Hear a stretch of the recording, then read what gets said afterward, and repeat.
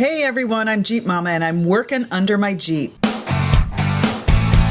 So I'm under my Jeep and thank goodness I cleaned it off of all the mud and dirt that I had on my Jeep when I was off-roading, because that allows me to really look at my Jeep.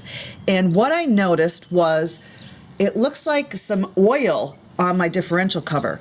So inspecting it further, the bolts were loose and I have a leak. So while I'm down here, I thought I'd share with you my top 5 places on my Jeep where you should look for leaks on your Jeep. We're gonna start with number 5, and that's your differentials. They have gear oil in them.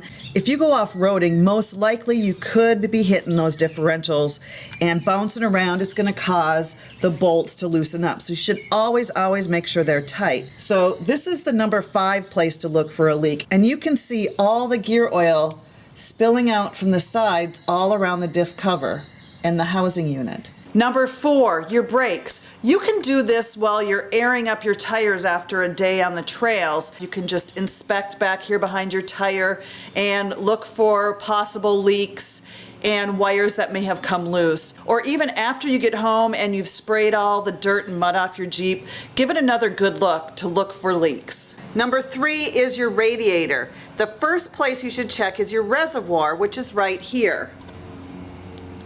So you're going to need to use a flashlight to look at the reservoir bottle. There's a maximum and minimum line, and you're going to want to be at the maximum but not below the minimum. Now if it's below the minimum, there's a possibility you could have a leak. Your next place to look is to get under the Jeep and look under the radiator. Now the Jeep Wranglers are inherent for radiator leaks. Some say it's the organic coolant that's being used is having some sort of reaction with the solder inside of the aluminum radiators, but it's not for sure yet. So the next best thing is to get under your Jeep, look at the bottom of your radiator, and you will see if it's leaking, the colored coolant, purple, dried up on the bottom of the radiator. And you can see I had to replace mine.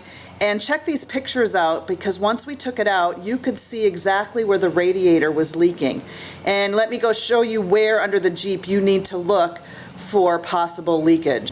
Okay, so I'm under the Jeep and you can see right here is my drag link, and here's my front bumper. So if you go back, here's part of the frame, and right here is the radiator.